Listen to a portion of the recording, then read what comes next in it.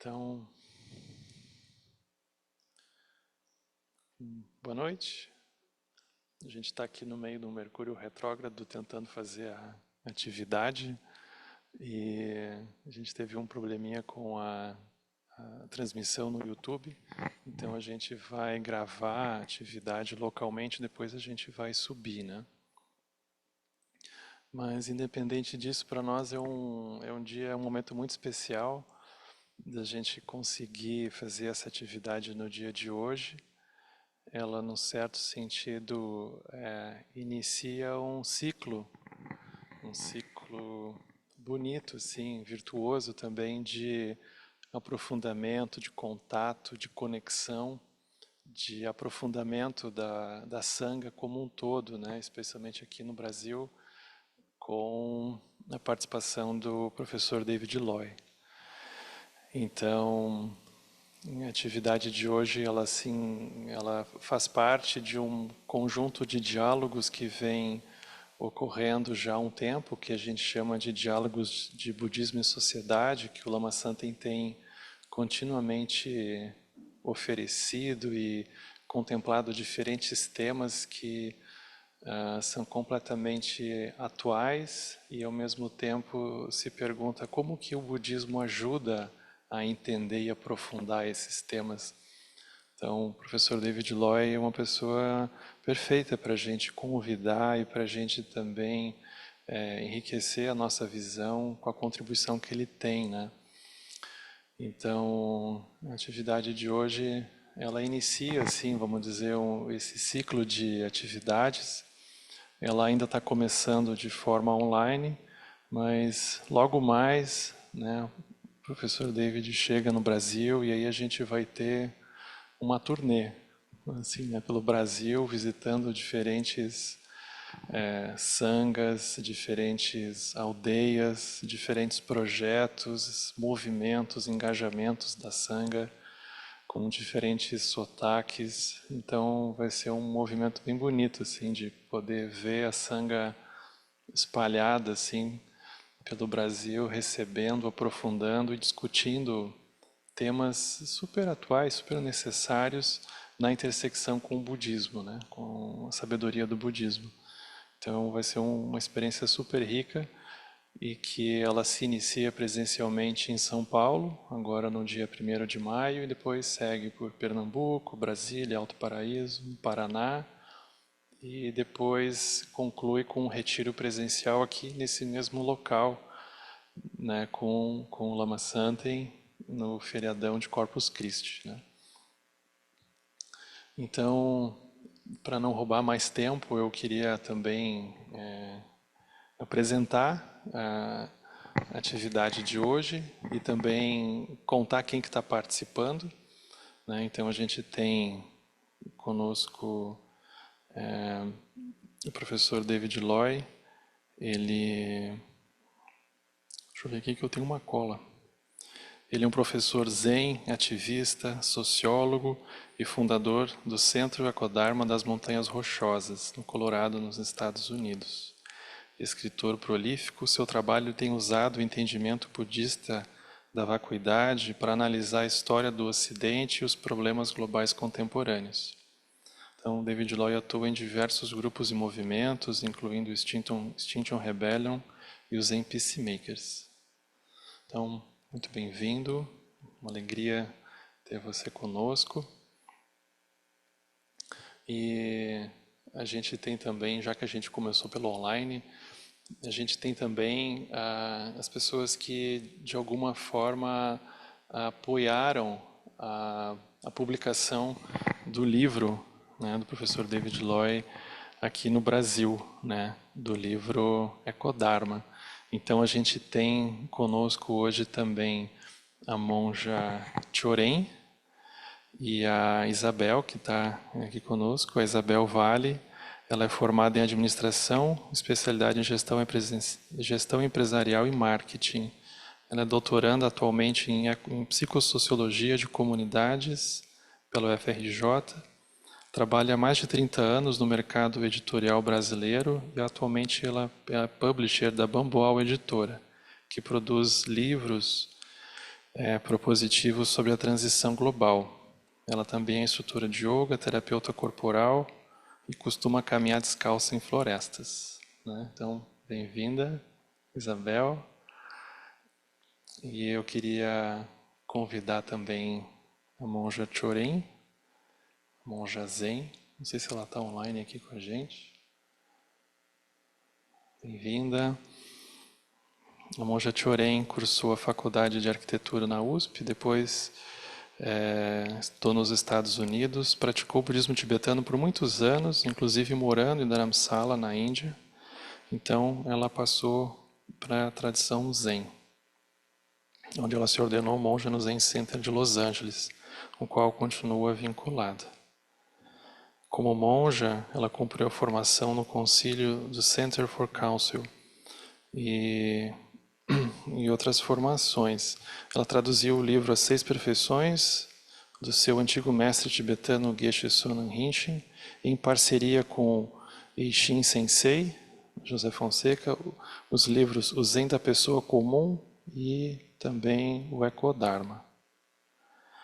Então, muito bem-vinda. E a gente tem conosco aqui José Fonseca, também chamado Eishin Sensei, é professor do Zen Budismo. Em 82 praticou na Associação Zen Internacional do mestre Zen Taisen Deshimaru. Ele recebeu os preceitos do mestre Narasaki Hiroshi e também do mestre Daigyo Moriyama Roshi. Traduziu obras do budismo como o Sutra da Plataforma, o Ensinamento Zen de Bodhidharma, o Zen da Pessoa Comum e a Kodharma, os dois últimos em parceria com a monja Choren. E ele foi um dos fundadores da revista Bodhisattva e também da associação Via Zen. Em 2018, ele recebeu a transmissão do Dharma da mestra Koen Roshi. Então, uma alegria ter mais uma vez o monge Eishin Sensei conosco. E, claro, né, num certo sentido, a grande inspiração para a gente também estar aqui, isso tudo está acontecendo no nosso Lama Santen, né, que num certo sentido, une todas as pontas disso e ajuda a gente a inspirar a Sangha, a mover e essas discussões todas que enriquecem a nossa vida, né? E junto dessas pessoas que eu também acabei de apresentar, a gente tem também as vozes que vão estar apoiando a atividade de hoje, né? Então, da tradução do David Loy do inglês para o português, a gente vai estar contando com a colaboração da nossa querida Carol Souza, que está em algum lugar da Ásia, eu não sei se Nepal ou Índia, e uma praticante querida, experiente da Sangha, que tem se dedicado há muitos anos de maneira exclusiva assim, a aprofundar a prática, traduzir textos incontáveis e apoiar a Sangha e os mestres das mais variadas formas. Então, a Carol hoje ela está apoiando a tradução do inglês para o português e a gente tem também que está apoiando a nossa fala em português para o inglês, a Mariana Smith, que é também uma praticante querida da Sangha, que está nos Estados Unidos, que generosamente se ofereceu para apoiar. A Mariana está sempre com a gente nos pujas, nos estudos, nos retiros, né, de forma online. E ela está, então, fazendo a tradução do português para o inglês, né? Então, tem as vozes também que estão nos ajudando que isso seja possível, né? Então, eu queria passar a palavra para o Lama, para a gente poder abrir também a conversa.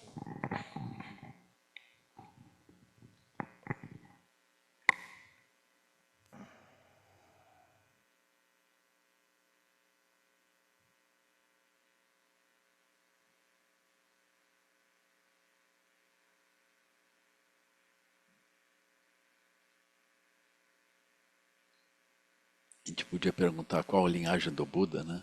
O Buda veio num tempo que não tinha as linhagens ainda, ele era o próprio Buda, né? Então, isso é muito maravilhoso, a gente sempre poder pensar que, enfim, todas as linhagens são a linhagem do Buda, né? E todas as sangas são a Sangha.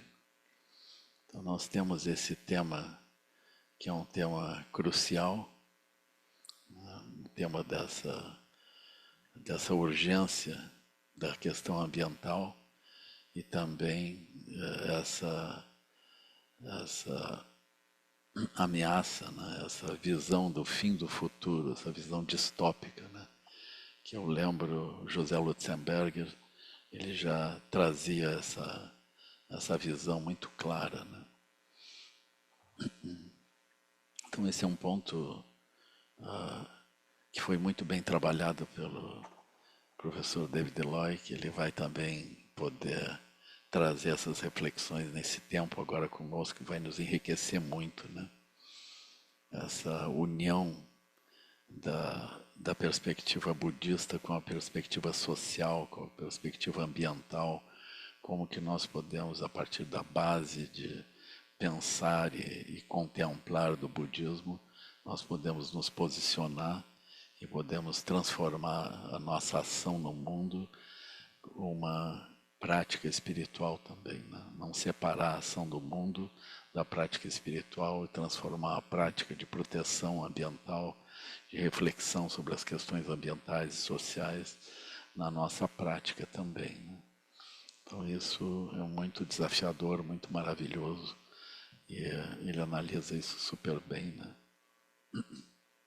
E naturalmente nós temos essas aparentes contradições, ou seja, nós estamos silenciando para mergulhar no mundo interno e ao mesmo tempo nós temos o desafio de olhar para o mundo externo, que na visão budista ele é como um sonho e é povoado de seres de sonho, e ainda assim nós nos movimentarmos buscando uma visão mais favorável para os seres, e não apenas para os seres humanos, para todos os seres, né? Então aqui no SEB a gente tem enfrentado isso, tem considerado essa questão já há bastante tempo, assim, né? E o que a gente pode efetivamente entender dentro disso é que se nós efetivamente praticarmos os 5 preceitos, o Pancasila, né? Nós praticarmos moralidade, enfim, como os leigos fazem os votos, o mundo melhora muito, né? Então o próprio Buda aconselhando diferentes reis e também usando para refletir, usando o Pancasila, os 5 votos, para refletir sobre como que está o desenvolvimento social, como que está a situação de um reino. Ele encontrava uma forma de oferecer um referencial para os próprios reis sobre como melhorar a situação do reino, né? Então eu acho muito notável como nós podemos converter esses ensinamentos e fazê-los surgir dentro das situações ambientais e das situações sociais. E, enfim, se nós praticarmos de uma forma mais perfeita e sempre mais perfeita o voto de não matar, não roubar, não praticar sexo impróprio, não mentir e não nos intoxicarmos, nós melhoramos consideravelmente a situação em geral, né? E está certo que isso é uma reflexão super importante. Por outro lado, nós, ainda que diagnosticando e olhando desse modo, nós sentimos a necessidade de desenvolver algum nível de habilidade para que essa visão ela se torne também uma visão social e não apenas uma visão das pessoas. E aí nós enfrentamos também essa dificuldade, né? Como que essa consciência ela pode se transformar numa consciência coletiva? Como que isso pode ocorrer? Que métodos nós podemos utilizar para isso, né? Então nós no SEB temos tido esse desafio que nós temos usado esse método das mandalas. Nós sentamos em roda, contemplamos coletivamente, pensamos sobre os aspectos positivos das nossas ações e como que nós podemos ampliar isso, né? Então, contemplando como a própria mente do samsara se estabelece, a partir das 8 consciências, nós tentamos nutrir a 8ª consciência e surgir dentro desse mundo de um sonho favorável, que é, enfim, na linguagem do Buda, isso é descrito como as terras puras. Então, na medida em que nós olhamos de uma forma mais sutil, mais profunda, o mundo de sonho que nós vivemos, nós podemos sonhar mundos melhores, que se tornam sonhos unificadores das visões de diferentes pessoas. Quando nós sonhamos junto desse modo, nós temos como que um nascimento que corresponde à 7ª consciência, que substitui as identidades, as identidades e os condicionamentos que ficam, de modo geral, inconscientes em nós e que determinam o movimento da nossa 6ª consciência, que é a mente usual. Essa 6ª consciência, ela determina o que os olhos, ouvidos, nariz, língua, tato e mente veem e localizam. Então, essencialmente, a 6ª consciência, ela determina o que nós vemos e, portanto, o que nós vamos fazer em meio ao mundo. Sendo que isso é condicionado, isso é dirigido pela 7ª e 8ª consciências. Então, a visão dos sonhos começa a povoar a 8ª consciência. E ela se torna uma forma de relação com as outras pessoas também, que desenvolve sonhos conjuntos e convergentes, né? Então, esse é o processo. Então, é como se houvesse à nossa disposição essa possibilidade de nós sentarmos em muitos diferentes grupos e sonharmos o que está acontecendo de melhor e o que a gente pode fazer para que isso se amplie e seja mais positivo. E essa visão do Buda é uma visão muito antiga, né? É uma visão que se perde no tempo. Ela, com certeza, ela é um recurso pré-budista que remonta às tradições das aldeias e dos pequenos grupos humanos em diferentes lugares. Essencialmente, nós temos esse desafio de nós nos encontrarmos num nível sutil e sonharmos terras puras e tratarmos de encontrar as formas para executar isso, né? Então, eu acho que nós temos, enquanto praticantes budistas, enquanto Sangha, nós temos esse desafio conjunto, que é aprofundar a nossa prática, tornar a nossa prática mais nítida, superar especialmente os 5 obstáculos que transformam as nossas ações em ações, por vezes, muito negativas, e, ao mesmo tempo, sonhar as terras puras, que são os locais onde nós então passamos a viver, os locais sutis onde nós passamos a viver. Um bom exemplo das terras puras são os centros de Dharma, onde diferentes sanghas se organizam e sonham e fazem boas coisas, né? Então, quando nós estamos num local como esse, é natural que nós vamos surgir como identidades conectadas a esse próprio local. Então, o que nós fazemos ou não fazemos, naturalmente se apruma e anda numa direção favorável. Então, esse é o princípio das mandalas, é o princípio do mundo ilusório. Então, as bolhas de realidade, elas são sonhadas e nós naturalmente operamos dentro desse mundo de sonho, como o Buda descreve. Então, nós precisamos melhores sonhos. Os sonhos atuais são sonhos que estão efetivamente ameaçando a vida do planeta, né? Assim, então, eu estou fazendo essa breve introdução aqui, apenas para estimular os outros participantes, né? E dar as boas-vindas ao David Eloy, que vai, então, fazer a sua fala e trazer seu conhecimento, compartilhar conosco.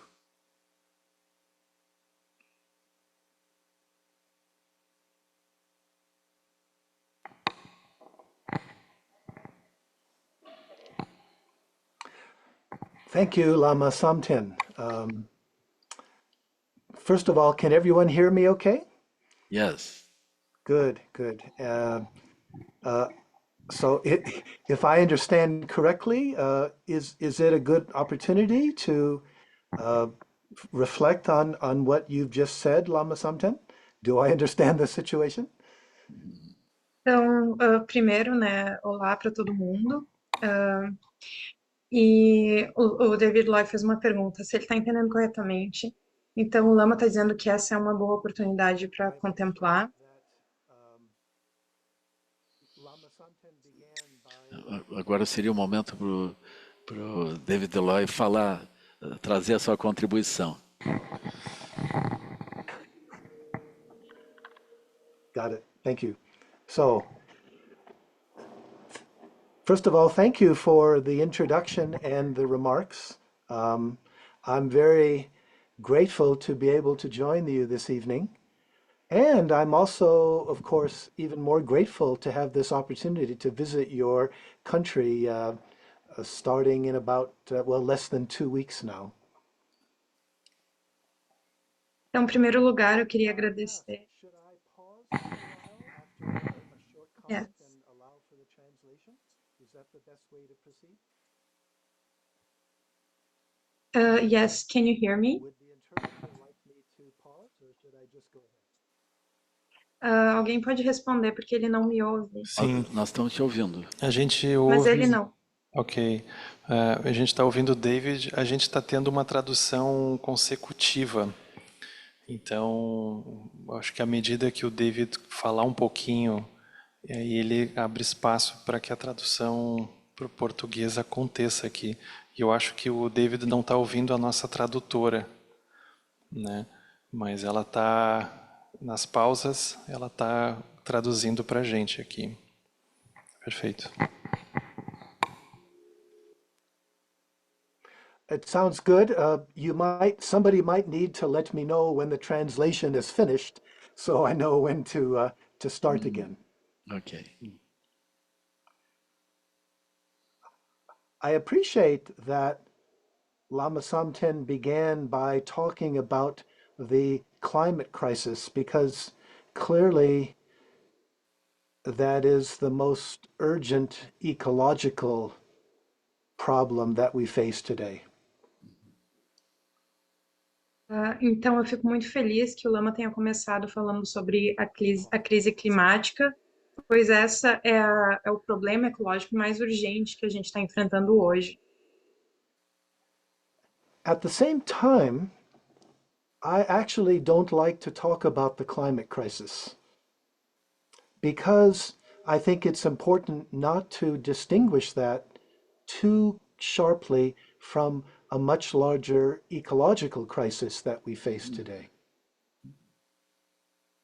Ao mesmo tempo, eu não gosto muito de falar sobre a crise ecológica, porque eu sinto que essa é uma distinção muito aguda entre uma crise ecológica maior que a gente tem. Of a much larger ecological iceberg that also includes a species extinction event, the fact that so many plant and animal species are now disappearing. Ao mesmo tempo, eu penso que isso é só a ponta do iceberg de uma crise muito maior que a gente está enfrentando, que inclui a extinção de muitas plantas e animais. For every 5 wild animals that were existing back in 1970, today there are only 2. Today we have only 40% of the wild animals that existed just 50 or so years ago. Eu também fico muito chocada em perceber que ver uma pesquisa que a cada 5 animais que existiam We're aware of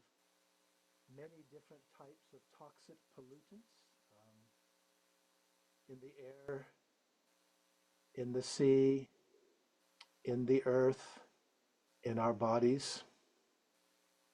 And I'm sure every one of us can think of other examples, many other examples of ecological problems.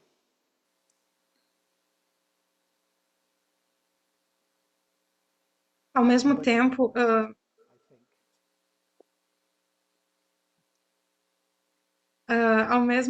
então, a gente é uma crise muito mais ampla que a gente está enfrentando, né?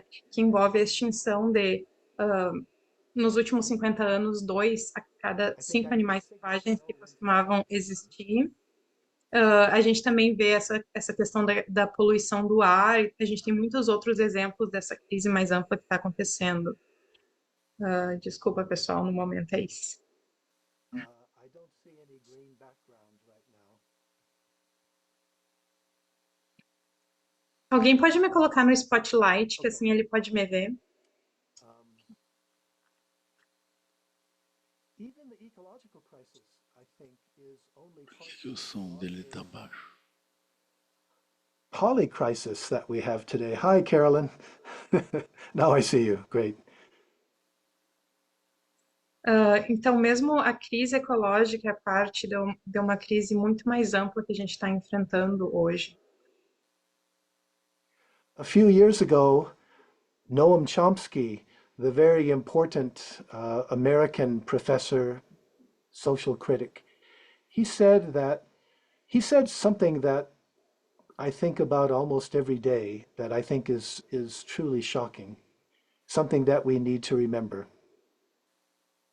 Então, alguns anos atrás, esse professor norte-americano Noam Chomsky, um sociólogo muito importante, ele falou uma coisa que foi muito chocante, muito importante, muito verdadeira, algo que a gente precisa se lembrar. Chomsky said that right now is the most dangerous time in human history. Chomsky falou que agora, então, esse é o momento mais perigoso na história humana. Wow, why did he say that? Um, he offered three reasons. The first was, in fact, the climate crisis, which, in fact, is even bigger, as I just said, even more of a problem than climate. Então, por quê? Por que será que ele falou isso? Então, ele ofereceu três respostas, três explicações, e uma delas, é claro, a crise ecológica, a crise climática, que é um problema muito mais do que climático, muito maior. He also talked about the danger of nuclear war. And frankly, that I think is something much more in our consciousness now than a few years ago when Chomsky spoke. The danger of nuclear war, and also the rise of authoritarianism, the decline of democracy in many places around the world, or the threats to democracy in many places around the world.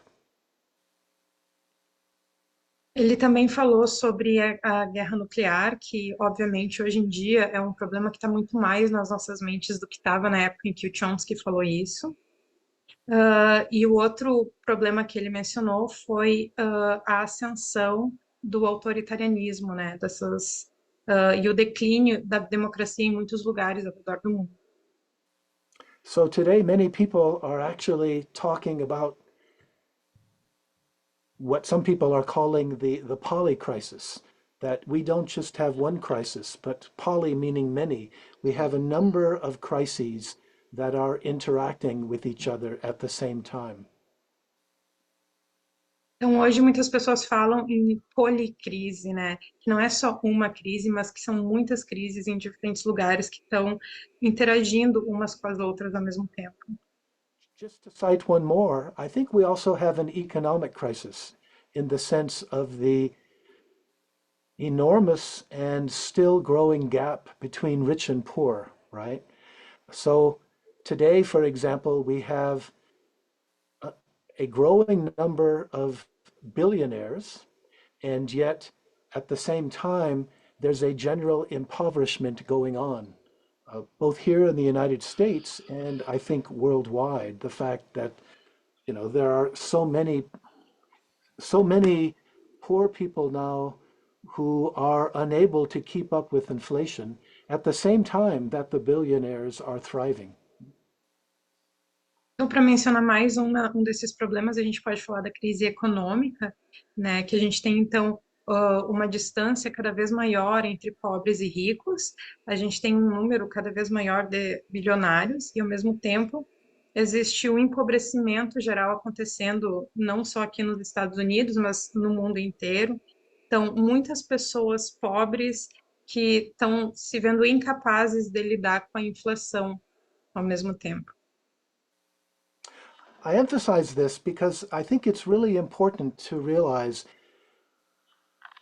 what faces us today is not simply the challenge of shifting to renewable sources of energy. People might say, if we can just do that quickly enough, then the kind of economy, the kind of society that we have today, we can go on as we have been. And I think that is a very big mistake.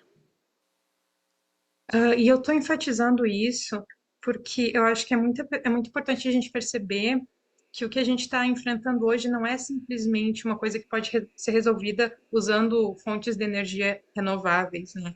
Que a gente não vai simplesmente fazer isso e aí, rapidamente, o tipo de economia, o tipo de sociedade que a gente tem, pode seguir do jeito que está se a gente só partir para fontes renováveis. É um grande engano pensar dessa forma. What we have today is a now worldwide civilization, more interconnected and interdependent than ever before. A now worldwide civilization that has lost its way. In fact, I think it's fair to say it is a worldwide civilization that is in the process of self-destructing. Many things seem to be falling apart at the same time. O que a gente tem agora é uma civilização completamente global, uma coisa que a gente não tinha há muito pouco tempo atrás. A gente tem uma civilização mais interconectada e mais interdependente do que nunca. E eu penso que essa civilização global, ela está se perdendo um pouco. Eu acho que é justo dizer que nessa nossa civilização global, existe um processo de autodestruição e a gente está vendo as coisas se desmancharem, colapsarem. There are many aspects to this worldwide crisis. I mean, we could focus on the political side, the economic side, other social aspects. But I think it's essential to realize, and this is where our Buddhist traditions come in, it's essential to realize that this poly crisis is also a spiritual crisis. It has to do with the foundations of our relationship with each other and also our fundamental relationship with the earth.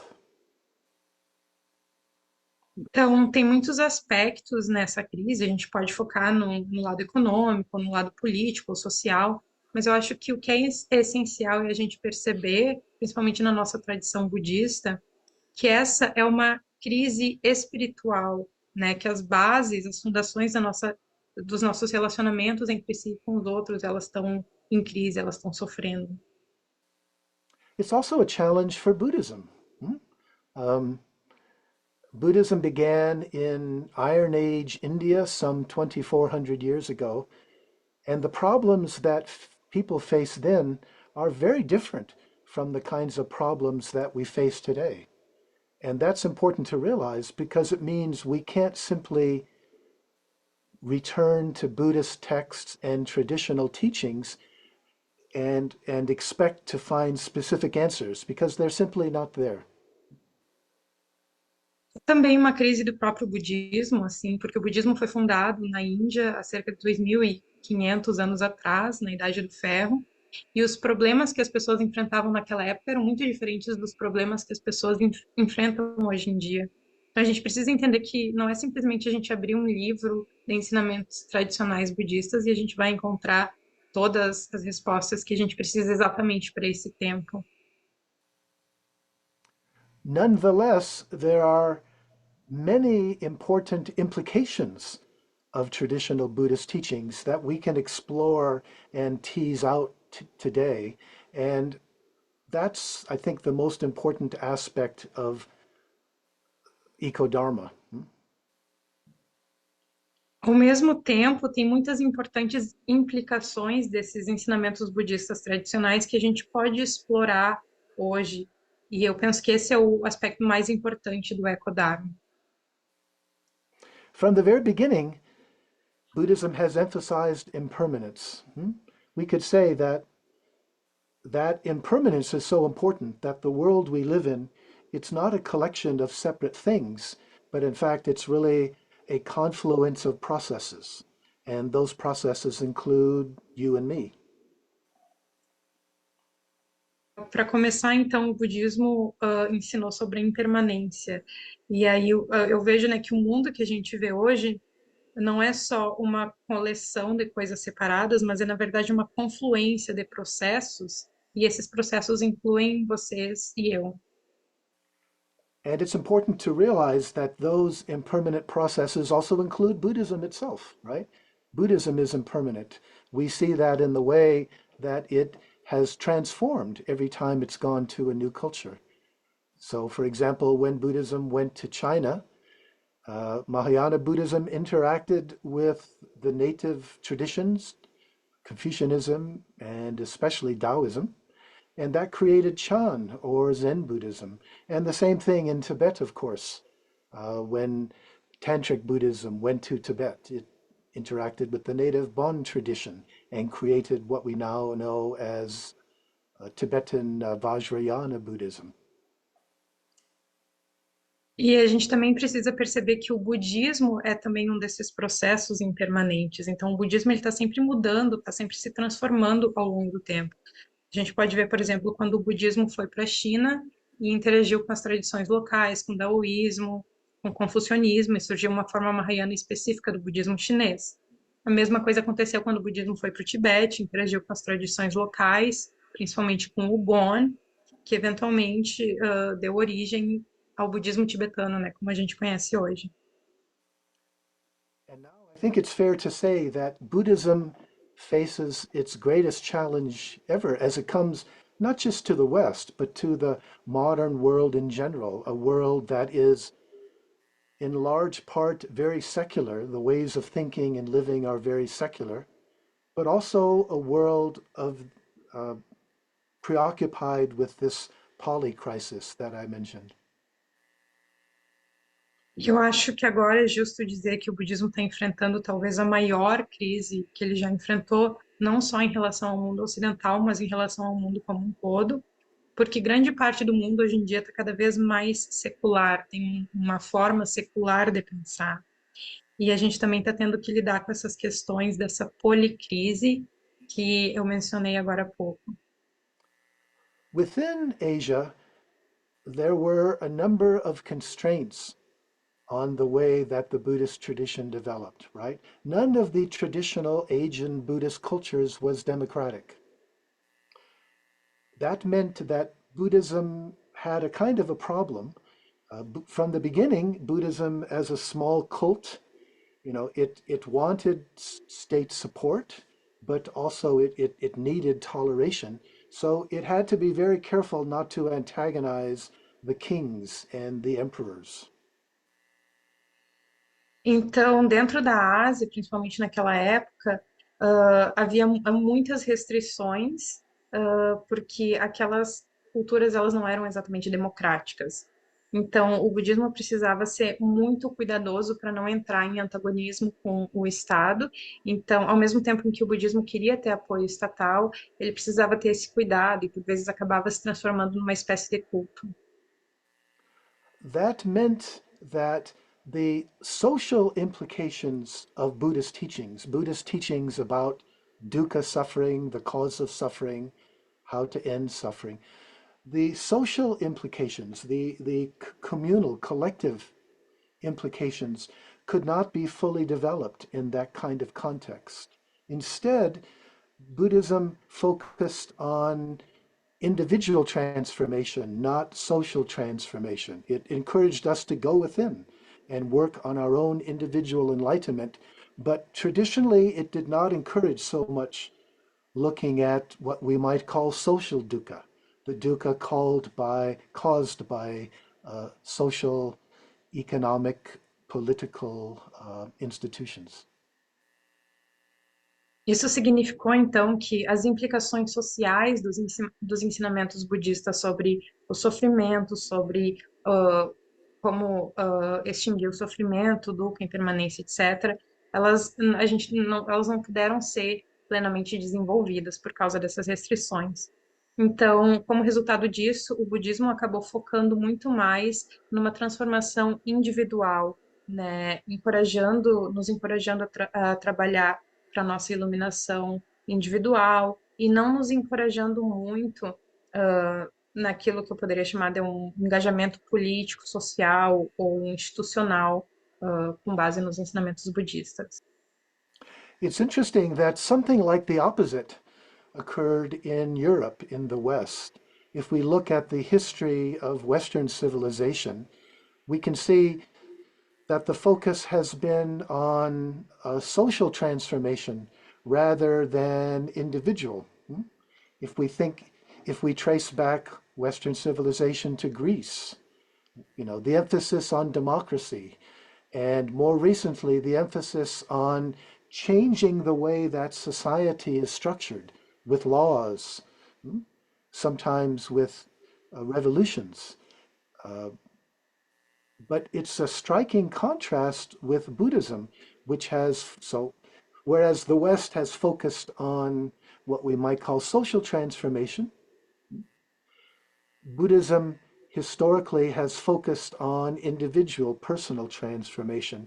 And it's really interesting and important that right now, these two emphases, these two different ways of working for freedom, that these two are meeting, and we're in a situation where they need to work together. I hope that's not too long, Carolyn. Ok. Então, uma coisa meio oposta aconteceu na Europa, na civilização ocidental, na história da civilização ocidental. A gente pode ver que havia um foco na transformação social. Então, se a gente na transformação social em vez desse foco no indivíduo. Então, se a gente volta, por exemplo, para a democracia grega, a gente vê, né, várias noções, vários conceitos, né, e esse esforço de transformar a sociedade por meio da criação de leis e por vezes por meio de revoluções. E o que é interessante que está acontecendo agora é que a gente está vendo que esses dois opostos, eles parecem estar se encontrando nesse momento. Eles estão vendo essas duas diferentes formas de abordar a liberdade, elas estão se encontrando agora e estão vendo essa necessidade de ter que trabalhar juntas. This meeting and this interaction with the Western tradition, with the European tradition, I think it's really important because it opens up new possibilities for Buddhism. It allows us to question, is it sufficient to focus on our own individual liberation, or does this imply new possibilities, not just new possibilities, but actually absolutely essential possibilities that we need to develop and explore today if we are going to respond appropriately to the kind of poly crisis that we are facing today. Então, esse encontro ele é muito interessante, né? O budismo, então, encontrando as tradições europeias, a tradição ocidental, isso oferece uma oportunidade para o próprio budismo se abrir e se perguntar. Então, é suficiente pensar nesse foco na liberação individual? Ou será que é possível abrir, pensar em desenvolver e explorar formas coletivas que vão responder de forma apropriada às crises e à policrise que a gente está enfrentando hoje em dia? I'm not sure how much longer I should be talking right now, so I'll stop in a moment. But let me just highlight two implications of the Buddhist teachings that I think are especially important and that will be coming up, I think, during my visit to Brazil. These are these are two implications that I think we need to explore, to think about together at some length. Então, eu acho que o meu tempo já está acabando, mas eu quero explorar só duas implicações importantes dos ensinamentos budistas, que eu acho que vão ser muito importantes, né, para o tópico que a gente está discutindo e também durante a minha visita no Brasil, eu penso que a gente vai explorar muito e vai ser importante a gente sentar e conversar sobre isso juntos. The first implication has to do with this extraordinary parallel I see between what the Buddhist traditions have always said about our individual problem, our individual predicament, and our collective predicament today in relationship to the earth. Então, a primeira implicação tem a ver com esse paralelo extraordinário entre o que a tradição budista diz sobre o nosso problema, sobre esse nosso desafio, esse nosso problema individual, e esse desafio coletivo, esse problema coletivo que a gente está enfrentando hoje, em relação a diferentes questões. We can say that at the heart, at the source, core of our individual dukkha suffering is the fundamental delusion of separation. The separation where there's a me that's separate from you, and that therefore my well-being is separate from your well-being. And of course, Buddhism teaches us that this is fundamentally a delusion, a delusion that causes suffering, that in fact we're not separate from each other at all. Então, eu penso que no coração, na essência, no cerne do nosso sofrimento individual, dukkha, tá essa delusão entre que há uma separação entre eu e aquilo lá fora, o você. Então, essa delusão, ela dá origem ao pensamento de que o meu bem-estar, ele é separado do bem-estar, do seu bem-estar ou do bem-estar dos outros, e que também é mais importante. Então, é claro que o budismo nos ensina que isso é uma coisa que nos causa um sofrimento mental e que a gente não está sofrendo de forma individual, mas que há uma interconexão. So traditionally, Buddhism has emphasized this individual problem, this sense of separation. But I think it's important to see how our larger ecological crisis today is actually just a larger version of the same thing, that we as a species, as a now worldwide civilization, we feel separate from the rest of the earth. And because of that, we feel that the earth is there just for us to use. And fundamentally that our own well-being in some sense is separate from that of the earth. The ecological crisis is basically the result of that. It's helping us cut through the delusion that our own collective well-being can be understood as separate from the well-being of the whole earth.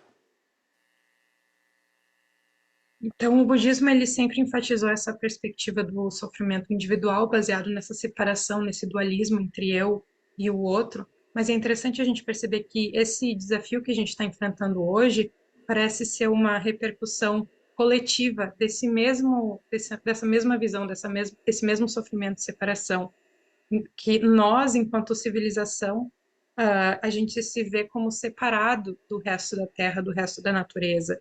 E a gente entende que a gente está sob essa delusão de que o nosso bem-estar ele é separado do bem-estar, né, do resto do planeta, do resto da natureza. That delusion of separation, the parallel between the individual and the collective sense of separation, that's very important. But actually, I think the single most important thing that the Buddhist tradition has to offer us is a little different. I think it's the Bodhisattva path. But sometimes I say the new Bodhisattva path or the Ecosattva path, because I think we need to understand it today in a somewhat different way. Então, essa delusão da separação entre o eu e o outro, né, é muito importante, né? Esse paralelo entre a delusão individual da separação e essa delusão coletiva, é muito importante, mas o que eu penso que é o ponto crucial, mais importante assim para a gente pensar dos ensinamentos budistas,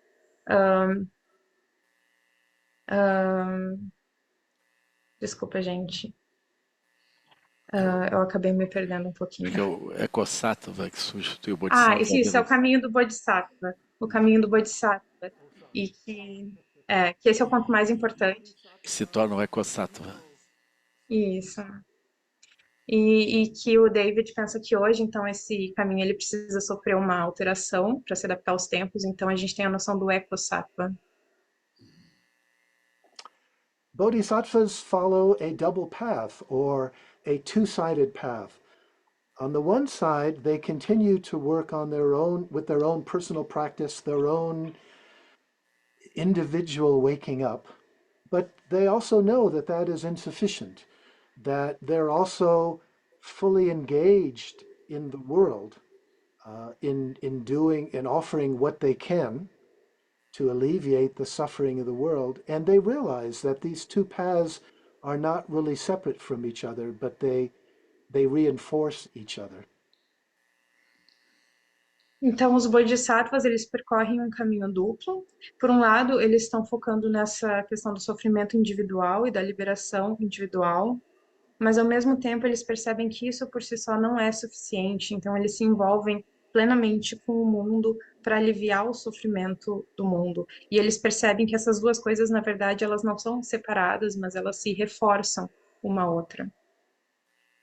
Traditionally, the compassion of the Bodhisattva often or usually it focuses on helping individuals. For example, Buddhist teachers helping their students wake up.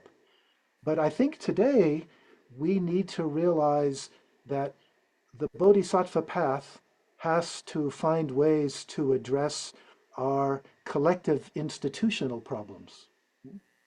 What I mean by that is Buddhism, as we know, traditionally focuses on the three poisons: greed, ill will, and delusion. And I think it's important for us to see that today those three poisons have become institutionalized.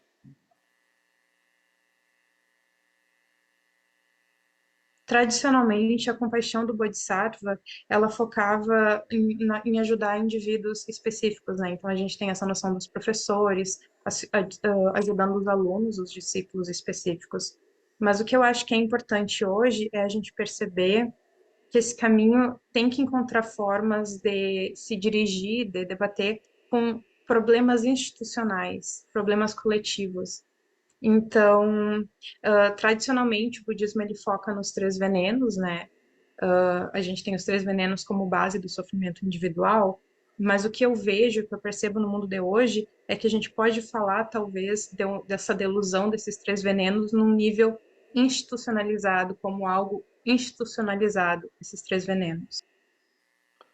For example, if the first poison, greed, if greed means you never have enough, you always want more, well, frankly, I think that's a pretty good description of our economic system, late capitalism.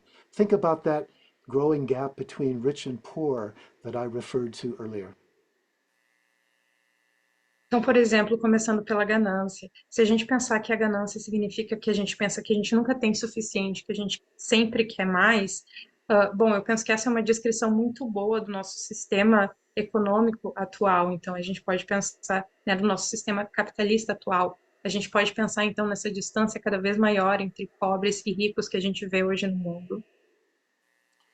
The second poison, ill will, um, it seems to me in the modern world, one of the ways that's coming out very powerfully is in our militarism and in the kinds of horrible military activities that are occurring right now. I can't speak for Brazil, but here in the United States, I believe the United States spends about half of all the money in the world that is devoted to military. Money that could otherwise be used to help people. In fact, we're spending that money to create, to buy, and to use weapons, right? We live in an increasingly militarized world, which is, I think, an institutionalized example of the second poison, ill will. Então, o segundo veneno, a má vontade, eu acho que nesse nosso mundo moderno ele está se manifestando como essa militarização horrível que a gente está vendo acontecer, né, por todos os lados. Então, eu não posso falar da situação do Brasil, mas aqui nos Estados Unidos, por exemplo, a gente vê isso numa grande medida. Metade do dinheiro que é gastado no mundo inteiro para fins militares, ele é dos Estados Unidos, ele vem dos Estados Unidos. Então, para comprar armas, para militarização e etc., guerras. Então, eu acho que esse é um bom exemplo da institucionalização do segundo veneno, a má vontade. And the third poison, delusion. Do we have collective institutionalized delusion? I think that's pretty obvious, isn't it? Actually, one thing I would emphasize is the role of advertising. The whole point of that being to keep persuading us that the next thing we buy will make us happy. It encourages a certain kind of consumerist mindset. That's one example of institutionalized delusion. But of course, we know about the media, right? The media, which are often profit making. Here in the US, I think about Fox News is a really good example of that, but also we're familiar with government propaganda. All of these need to be seen as important examples of collective institutionalized delusion. And we have to understand this, and we have to understand that today we are challenged in our practice, in our bodhisattva activity, to work together to find ways to address this institutionalized greed, institutionalized ill will, and institutionalized delusion. It's essential that we do that. Sorry, Carolyn, I went on a little long. It's okay. E aí a gente tem, claro, o terceiro veneno, que é a delusão. Então, será que a gente pode pensar numa forma institucionalizada, coletiva de delusão no nosso mundo hoje em dia? Aí, com certeza, eu acho que é muito possível a gente fazer um paralelo entre a delusão e a publicidade, né? Advertisement no nosso mundo hoje. Então, o ponto principal, né, o objetivo principal da publicidade é nos persuadir de que a próxima coisa que a gente comprar, ela vai, enfim, nos fazer felizes. Então, tem toda essa mentalidade consumista que é incentivada por meio da publicidade, né? Então, aqui, posso pensar, por exemplo, nos Estados Unidos, a gente também pode falar da mídia. A mídia também cumpre esse papel como uma forma institucionalizada da delusão no nosso mundo. Aqui nos Estados Unidos, eu posso pensar, por exemplo, na Fox News, etc. Tem muitos outros bons exemplos. Então, essa é a forma institucionalizada da delusão no nosso mundo. E eu acho que é muito importante a gente entender que hoje em dia a gente está desafiados, confrontados a encontrar formas enfim, lidar com essas questões dessa institucionalização dos três venenos. Então, a ganância, a má vontade e a delusão.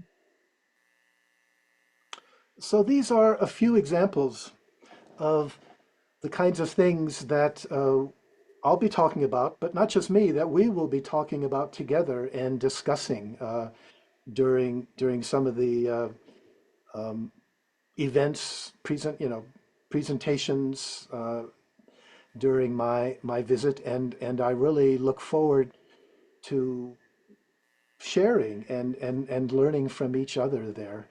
But I also want to emphasize on the other side that although I don't know a great deal about the situation of Buddhism in Brazil, I'm really very interested, in fact, really excited to learn more, and also to learn more about some of the kinds of communities that have been developing, because I think there are some really interesting and potentially very important models that I think have sprung up.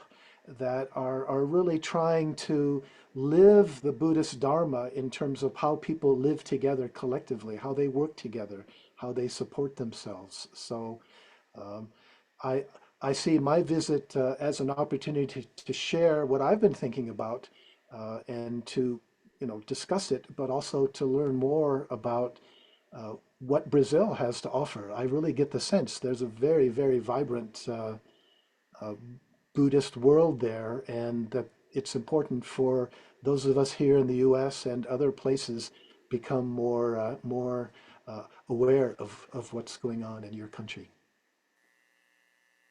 Então, esses são alguns exemplos de alguns assuntos que a gente vai estar discutindo nesses próximos dias e na minha visita ao Brasil.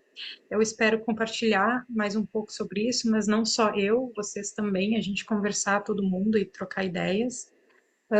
Outra coisa também que eu estou muito empolgado e muito entusiasmado é em conhecer essas comunidades, né, que estão espalhadas pelo Brasil, essas comunidades budistas. Eu não sei muito sobre a situação do budismo no Brasil, mas eu tenho muito interesse em aprender mais e também aprender mais sobre o potencial dessas comunidades que estão sendo desenvolvidas aí, porque eu sinto que elas são bons exemplos de como os ensinamentos e a visão budista permeia, né, essa nossa atividade em meio ao mundo. E eu acho que é importante que nós, aqui nos Estados Unidos, em outros países, que a gente olhe para isso, que a gente converse, que a gente troque ideias. E eu acho que isso poderia ser um bom exemplo, talvez para outros lugares também, nessas comunidades. Então eu espero que a gente possa trocar muitas ideias e eu possa aprender também muito com vocês. I think this is a good place to pause. As a retired professor, I can go on indefinitely for hours, right? We have our captive students who have to listen to us. Uh, and in truth, I don't know whether I've talked too long or too short, but in any case, there will be much more opportunity in the coming weeks to, talk about these issues at great length. Uh, for the moment, I'm not quite sure where we're going to go from here, but I do want to really emphasize my gratitude to Carolyn. Um, as I like to say, translators work twice as hard as the speaker, right? If you think about it. And so thank you, Carolyn. She has to listen and then she has to, and oh my goodness, being poor in languages myself, I can't imagine, but thank you, Carolyn. Então, o professor David falou que então ele acha que essa é um bom momento para ele parar, que como um professor aposentado ele pode seguir falando, falando, falando, mas então que ele queria, e ele não sabe, ele está em dúvida se ele falou muito ou se ele falou pouco, mas ele queria usar essa oportunidade então esses são alguns dos assuntos que a gente vai estar discutindo nas próximas semanas e dias. Ele queria usar essa oportunidade para agradecer todo mundo, especialmente a tradutora. Ele disse que a tradutora faz um trabalho duplo. Eu não concordo, mas enfim. E aí é isso. Então, professor, queria saber também como é que a gente vai seguir agora na conversa, no debate.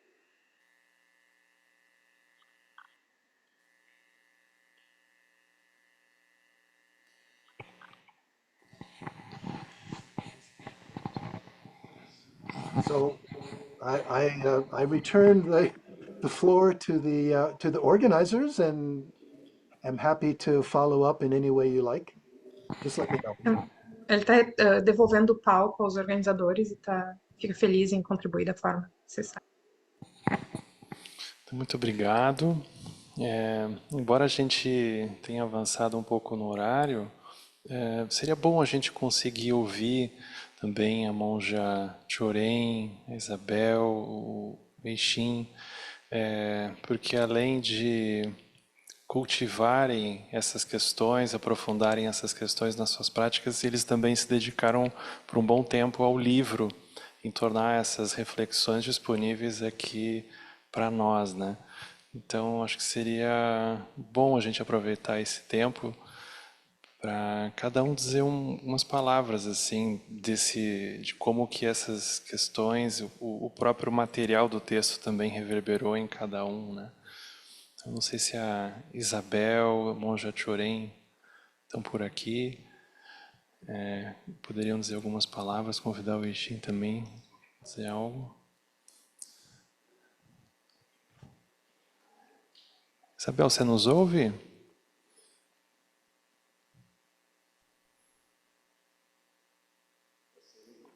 A gente ainda não te ouve.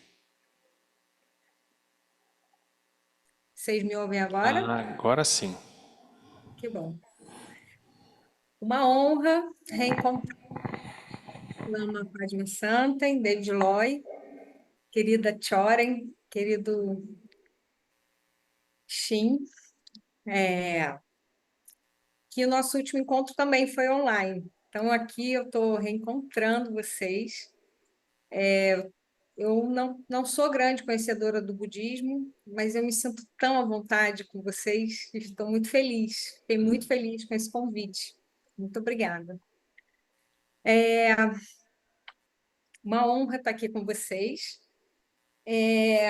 A Bambu Editora é uma editora para a transição global, e então ela não é comprometida somente, né, com os conteúdos budistas, e a gente então traz uma série de outros livros e até outras correntes de pensamento, de filosofias.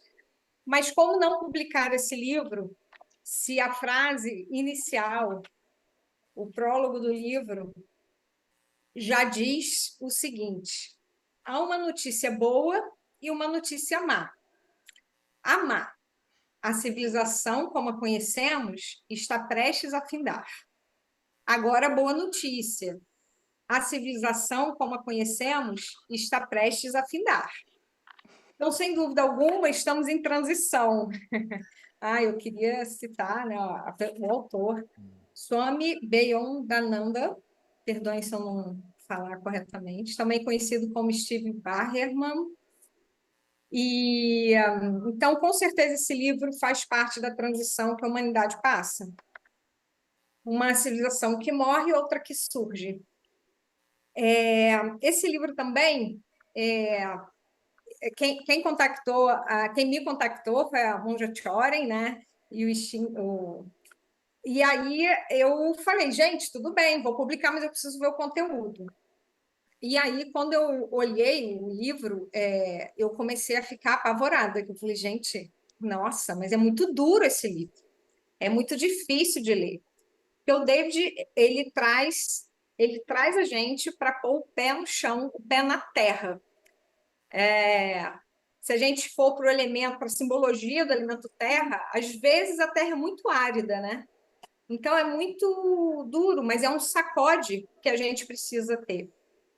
E aí, na Bambual, né, e eu acho que na maioria das editoras, a gente adora fazer livro, adora colocar o que a gente acredita no mundo, mas a gente lamenta muito quando as pessoas não leem o livro, gente. Então, eu faço aqui um apelo e já vou dizer a vocês o seguinte: o início do livro realmente é difícil, mas a gente precisa olhar com todas as nossas forças para o início. Quando chega no capítulo 6, o David faz a gente respirar, permite que a gente respire um pouquinho e não que ele invente as coisas, né? Ele só realmente traz à tona tanta dureza que a gente está vivendo no mundo. Mas no capítulo, então, assim, persistam na leitura. Eu preciso falar isso para incentivar vocês a lerem e a persistirem, não desistam. Cheguem no capítulo 6, que é onde ele traz brilhantemente e reativa a nossa esperança ativa, que a Joanna Macy tanto nos inspira também. Aliás, esse livro também, a primeira pessoa que o David dedica ao livro é a Joanna Macy. Joanna Macy é uma queridíssima também aqui na Bambual, né, com o livro Esperança Ativa, porque ela também nos ajuda a continuar caminhando ativamente. Esse também é um chamado do David no livro. Precisamos agir, né?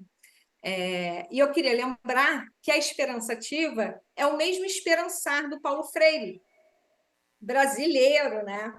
E por que essa minha preocupação de falar isso? Eu tenho uma preocupação aqui de publicar livros de autores estrangeiros e parecer que está descolado da realidade brasileira.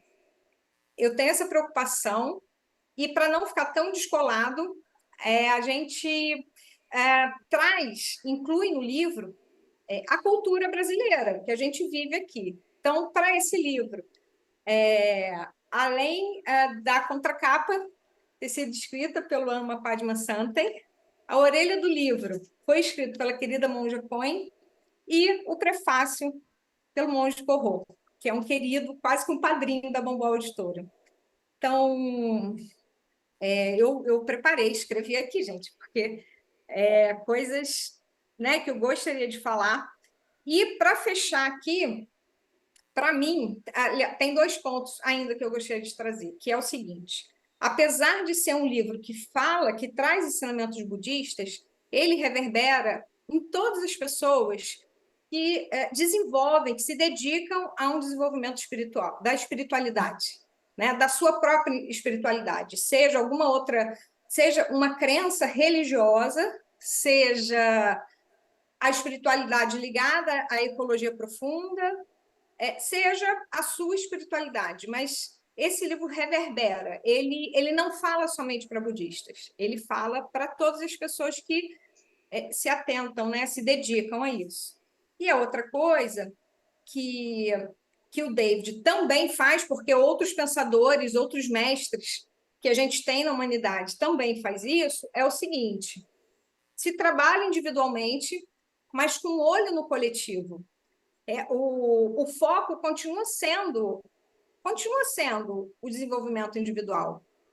É onde a gente tem o total poder, é com a gente, mas com olho no coletivo. Não esquecer que a gente, sim, faz parte desse coletivo e que talvez a Sangha, que é essa comunidade que acolhe, hoje talvez a gente possa compreender que essa Sangha ela é global.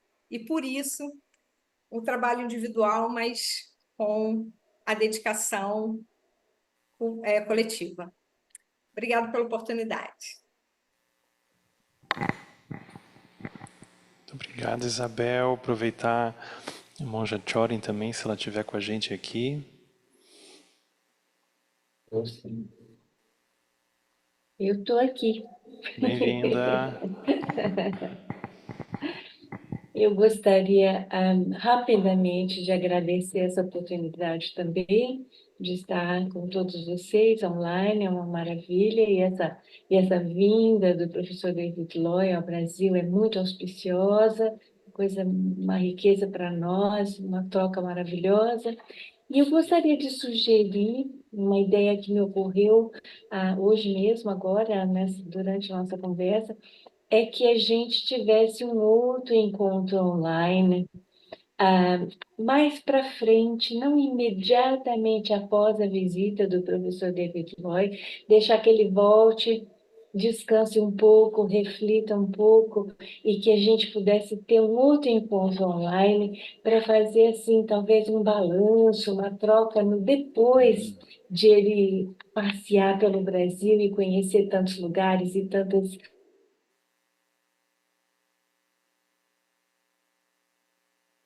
Congelou geral. Durante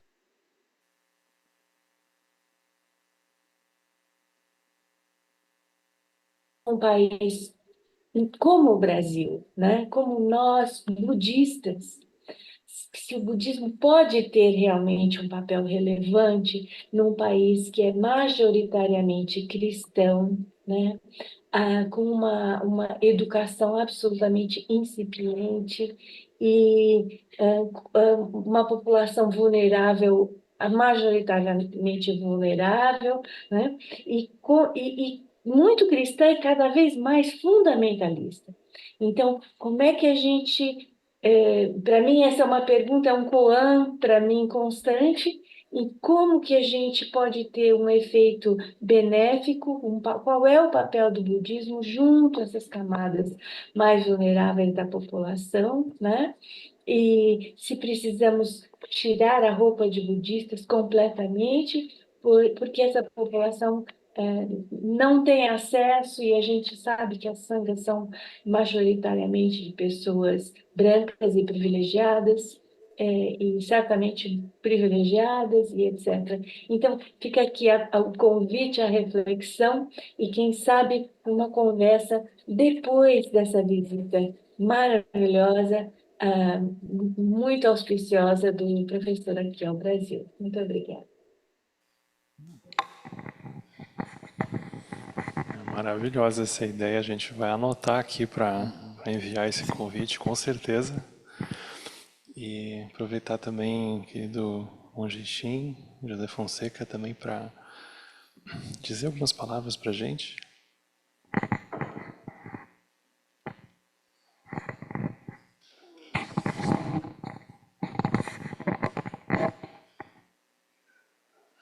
Primeiro, eu gostaria de exprimir o meu contentamento de poder estar aqui com toda essa turma maravilhosa, né? E aproveitando as primeiras palavras do Lama, que ele trouxe a questão do sonho, né? Aqui nós estamos vivendo este sonho, está aqui, nesse local, mas não apenas nesse local, em dezenas, se não centenas de outros locais, onde cada um de nós está nesse momento.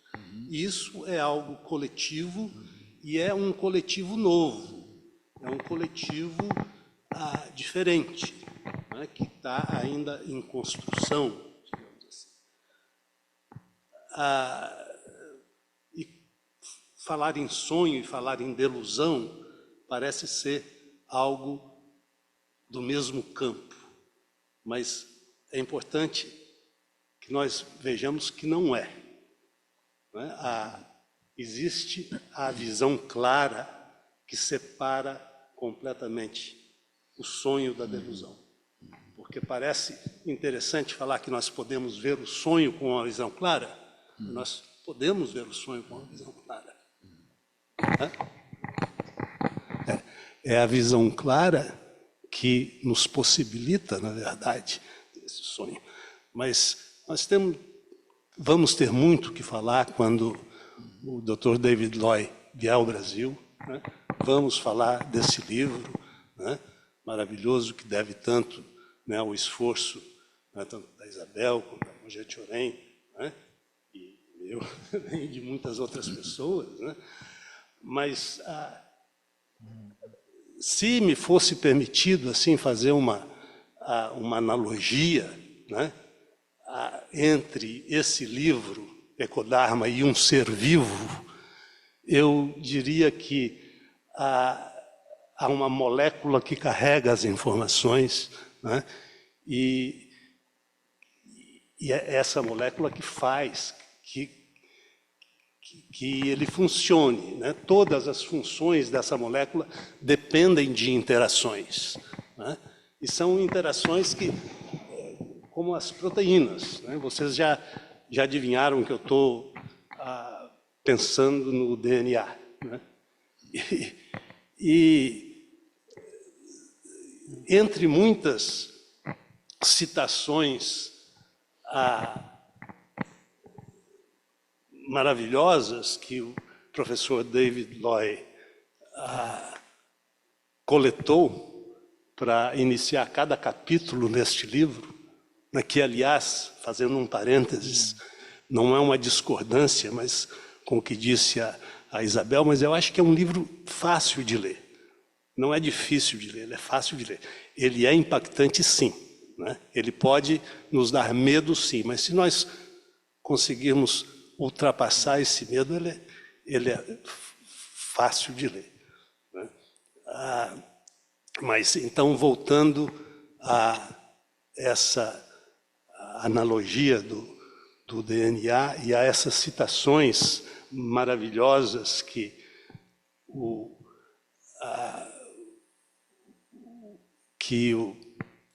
doutor David Loy coletou, né, lá no 6º capítulo, que, aliás, a Isabel mencionou, né, tem uma citação desse grande ambientalista, Bill McKibben, né? Alguém chega para ele e pergunta: o que eu posso fazer como um indivíduo? E Bill McKibben responde: deixe de ser um indivíduo. Essa resposta, de certa forma, é o DNA desse livro, né? Dentro dela nós podemos encontrar tudo que está aqui. Como nós podemos, a partir, né, de um ensinamento, né, de Buda, nós podemos encontrar todos os ensinamentos de Buda. Mas a questão, né, da individualidade, né, e dessa liberdade que se apresenta quando nós conseguimos nos descartar dela, deixá-la de lado, né, é algo que faz parte da nossa prática, né, e faz parte da nossa busca, né? Essa nossa busca tem, né, essa qualidade de trazer ou de afastar, digamos assim, o nosso eu, né? E falando em eu penso no egoísmo, né? Aquilo que faz com que eu sempre traga, né, para mim mesmo essa ideia, né, de indivíduo. Eu sou eu, né? É muito difícil deixar de lado o egoísmo, mas eu sempre me lembro, né, de Sua Santidade o Dalai Lama, algo que ele menciona em algum momento, né, sobre o egoísmo inteligente, né? E ele, né, um egoísta inteligente, ele vai querer fazer tudo pelo outro, porque ele sabe por ser inteligente, embora egoísta, que sem isso ele não se beneficiará. E essa clareza que nós podemos acessar, né, com essas simples observações, né, de alguém como a Sua Santidade o Dalai Lama, né, e tantas outras pessoas, como Bill McKibben, e por isso eu também gosto de citações, né? Essa clareza é muito importante porque ela nos traz para onde nós estamos e para aquilo que nós somos, né? Não quero atrapalhar, mas o Dalai Lama está aqui atrás de ti, aqui, lá. Na foto ele está tá aqui, ó. Como diz, bota o mestre sobre a cabeça e fala, né? Então, agora que eu já falei tanto, né? Eu vou deixar de ser egoísta e vou retornar esse microfone para o Henrique, né? E agradecer, claro, muito ao Dr. David Loy, né? Ao Sensei David Loy, né? E a todos vocês que nos brindaram com essa bela presença. Obrigado.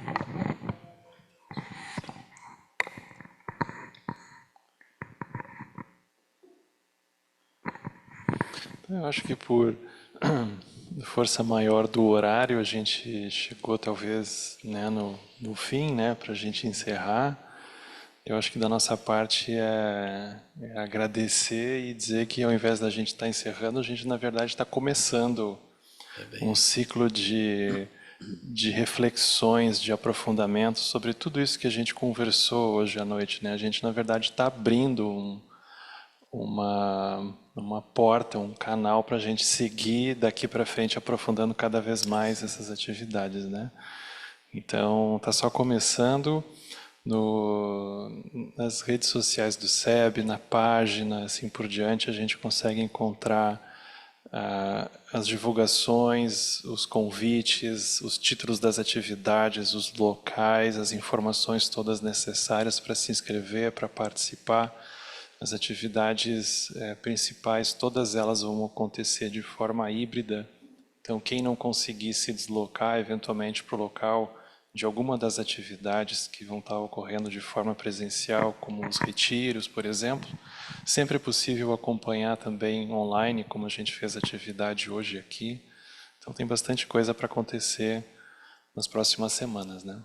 Então, eu também queria agradecer, me despedir do lado de cá e também, não sei se o Lama gostaria de fazer Eu algumas agradeço. palavras. A gente fica muito feliz com foi falado aqui pelo Henrique. Nós estamos começando, né? E nós estamos também muito energizados assim com essa possibilidade da gente se encontrar por esse tempo e também os eventos que vão ocorrer aqui em Viamão, né? Em Viamão e Porto Alegre. Ter esse encontro na Universidade Federal, que é o mesmo lugar que Sua Santidade Dalai Lama, quando veio, ele se apresentou aqui também. Então, obrigado, David. Obrigado, Isabel. Obrigado, Monja. Obrigado, Ixim. E um abraço para todo mundo, um abraço para o pessoal todo que está aí, a sanga toda que está em várias partes do mundo. Obrigado para os tradutores, né? Em diferentes partes do mundo a situação está assim, né? É incrível isso. Então, um abraço para vocês, pessoal. Tudo de bom.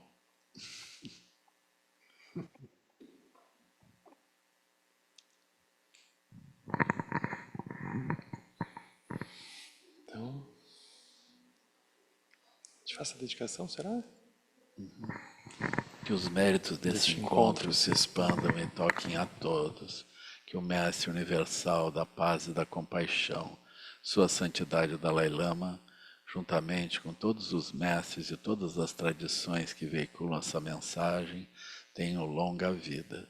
Que todos estejam a salvo de gerar pensamentos negativos, o obstáculo mais destrutivo.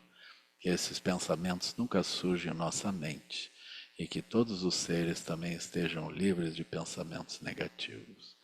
King Lom Choson, Ring Lom Chen Zalin Sasson, Parpel Drogyo Choson, Wadang Vidral do Sungelen Cho. Obrigado, pessoal.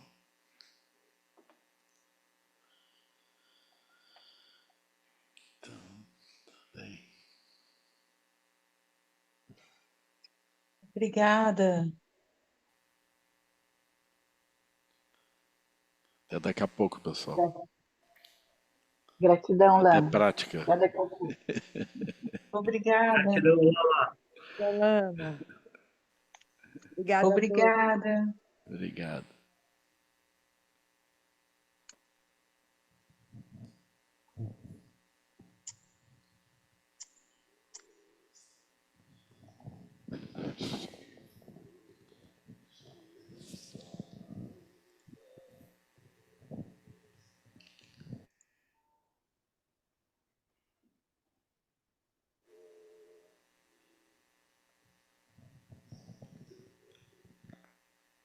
See you, David Loy.